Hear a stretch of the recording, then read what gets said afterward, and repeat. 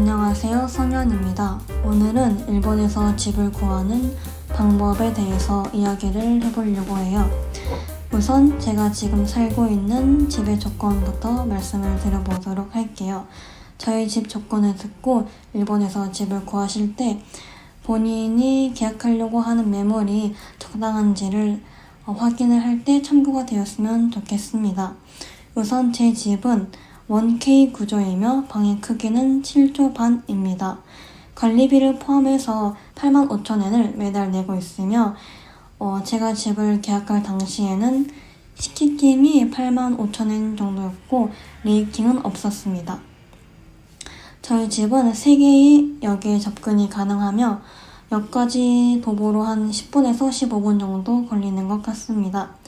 가장 가까운 편의점이나 약국마트까지는 도보로 5분 정도면 도착을 합니다. 저는 지금 맨션에 살고 있으며 층년수는 4년에서 5년 정도 지난 걸로 알고 있고 현재 3층에 거주 중입니다. 제가 살고 있는 맨션의 위치는 도쿄 23구 안에 포함이 되지만 중심 23구라기보다는 살짝 변두리 느낌에 가까운 23구입니다. 그 다음으론 집을 구하는 흐름에 대해서 이야기를 드려보도록 할게요. 한국의 직방처럼 일본에도 스모라는 어플이 있습니다. 이 스모라는 어플에서 원하는 조건의 매물을 본 다음에 마음에 드는 집에 나이켄을 신청하시면 됩니다. 나이켄이라는 것은 제가 실제로 그 매물에 방문을 해서 집의 컨디션이 어떤지를 확인하는 것을 말을 합니다. 나이켄을 신청하게 되면 해당 매물을 올려둔 부동산이 전화를 주게 되고 그 전화를 통해서 부동산 방문 일시를 정하게 됩니다. 부동산에 방문을 하게 되면 추가 매물을 검토하게 되며 실제 부동산 중개인과 함께 나이켄을 하게 됩니다. 나이켄이 끝나서 살 집을 결정을 하면 보증회사 심사라는 것을 합니다. 이 보증회사 심사라는 것은 이 사람이 이 집에 살면서 매달 월세를 잘 낼 수 있는지를 심사한다고 생각하시면 될 것 같습니다. 이 심사에서 통과를 하게 되면 계약서를 작성하게 되고 계약서를 작성을 할 때 계약상의 입주일과 실제 입주일을 정하게 됩니다. 이 계약상의 입주일과 실제 입주일은 2주 정도가 차이가 나게 됩니다. 예를 들어서 7월 1일이 계약상의 입주일이라고 하면 7월 15일 정도가 실제 입주일이 됩니다. 이 2주일 동안은 무엇을 하시면 되냐면 전출 전입신고를 하시고 짐을 옮기시고 수도, 전기, 가스 등의 신청을 하시면 됩니다. 집 주인분 같은 경우는 이 시기 동안 방을 청소하시거나 유지 보수 등을 확인을 하십니다. 이렇게 실제 입주일이 되면은 그 집에 가서 거주를 하시면 됩니다. 그 다음으로는 집을 구할 때 고려해야 하는 사항에 대해서 말씀을 드려보도록 할게요. 우선 첫 번째로는 방음입니다. 하지만 방음도 집과 집 사이에 방음이 있고 집과 외부 사이에 방음이 있는데 저는 집과 외부 사이의 방음을 나이켄 때 확인하시는 것을 추천을 드려요. 솔직히 집과 집 사이의 방음은 저는 좀 확인이 어렵다고 생각을 해요. 왜냐하면 나이켄 때 부동산 중개인이랑 같이 있는 입장에서 벽을 두드려 본다는 것도 굉장히 부담스러웠고 두드려 본다고 해서 이 집이 실제로 방음이 되는지 알기도 어려울 것 같더라고요. 그래서 이제 저는 현실적으로는 이제 집과 외부 사이의 방음을 확인을 하시는 것을 더 추천을 드려요.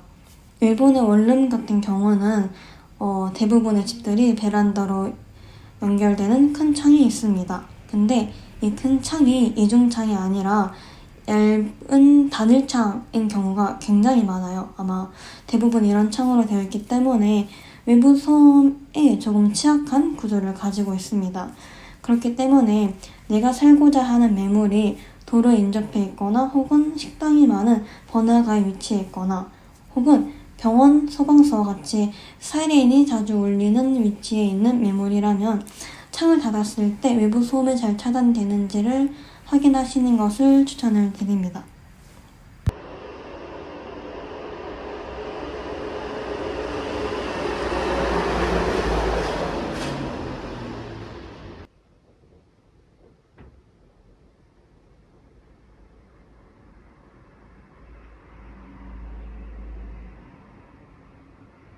다음으로는 안전성을 고려하시는 것을 추천을 드려요.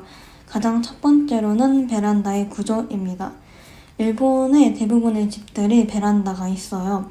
그런데 이제 좀 연식이 오래된 아파트나 맨션 같은 경우는 베란다가 철장 느낌으로 되어 있어서 옆집의 베란다와 저희 집 베란다가 노출이 되는 구조로 되어 있어요. 그렇기 때문에 사생활적으로도 굉장히 좋지 않고 안전의 면에 있어서도 좋지 않다고 생각이 됩니다. 최근에 지어진 집들 같은 경우는 베란다 옆이 완전히 폐쇄가 되어 있는 구조로 되어 있어서 사생활이 노출될 위험도 없으며 굉장히 안전하다고 저는 느껴지더라고요. 그 다음으로는 앞집과의 거리를 확인하시는 것을 추천을 드려요. 제가 지금 거주 중인 맨션은 도로와 인접해 있기 때문에 크게 걱정하지 않아도 되지만 주택가처럼 집과 집이 밀접하게 위치해 있는 집 같은 경우는 창을 통해서 집의 내부 공간이 노출될 위험이 있어요. 그렇기 때문에 커튼을 달아놓고 열지 못한다거나 혹은 일본은 대부분 베란다에서 빨래를 건조하는 경우가 많은데 빨래가 보일까봐 건조하지 못하는 상황이 있을 수도 있습니다. 그 다음으로는 가로등을 확인하시는 것을 추천을 드려요. 제가 기숙사에 살았을 때 이제 기숙사가 주택이 밀접한 주택단지 같은 곳에 있었는데 이제 그러다 보니까 크고 밝은 가로등은 없고 정원등처럼 약간 은은하고 별로 안 밝은 조명밖에 없었거든요. 그래서 이제 밤 늦게 귀가할 때 저거 무섭더라고요. 그래서 혹시 나는 밤길을 많이 무서워하는 사람이다 라고 하시면 가로등이 제대로 설치되어 있는지를 확인하시는 것을 추천을 드립니다. 그 다음으로는 층수입니다.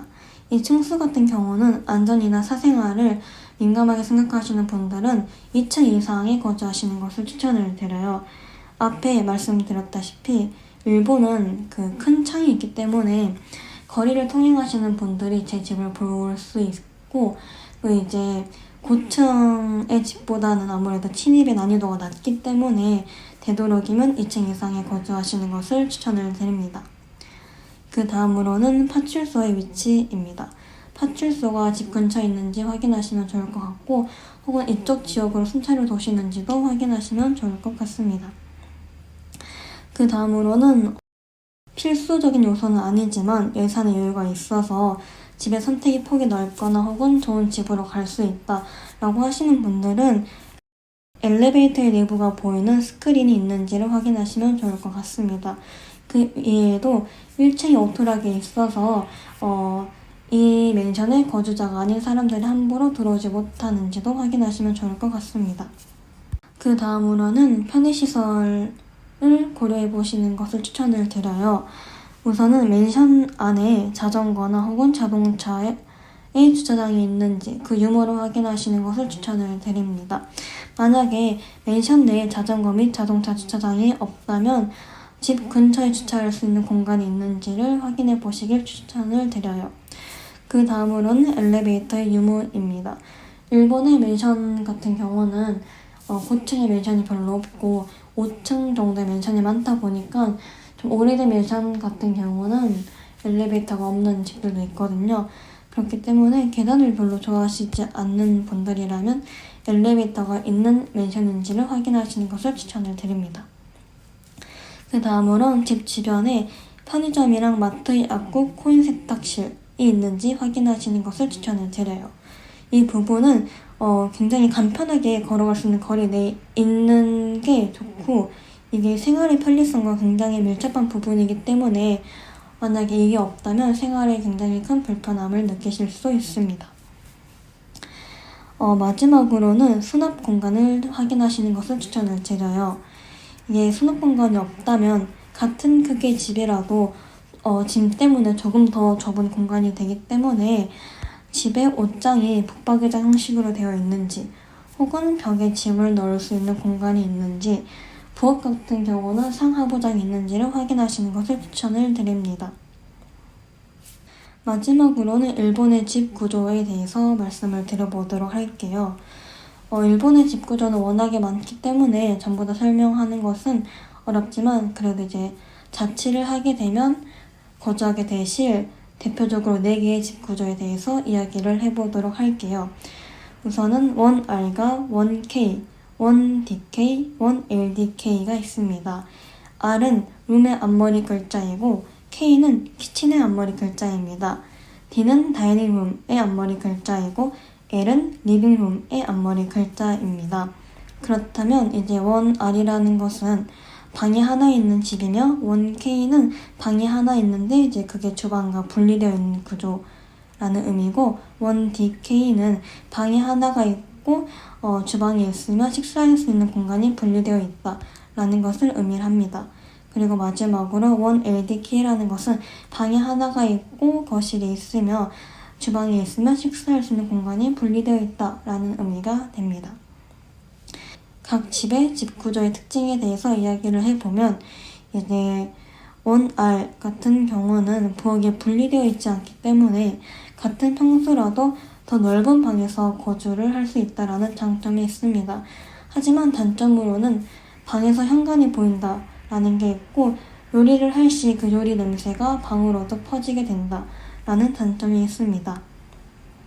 1K 같은 경우는 부엌과 분리되어 있기 때문에 1R과는 반대로 현관이 보이지 않으며 요리 냄새가 방 안으로 퍼지지 않는다라는 장점이 있습니다. 하지만 그 대신 방의 크기가 더 작아지며 원래 좁은 공간을 둘로 나눈 거기 때문에 부엌의 이용도 상당히 불편할 수 있다라는 단점이 있습니다.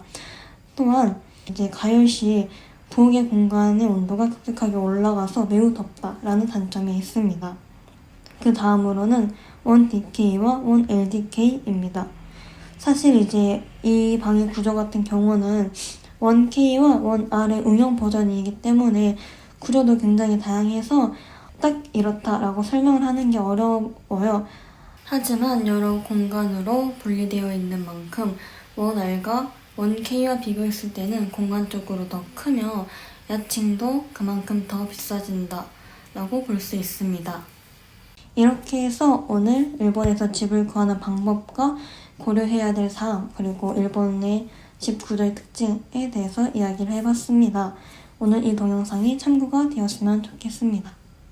君のためなら死んでもいいかなそんなの口先だけだけど君のためならできる気がした世界が僕を嫌いになっても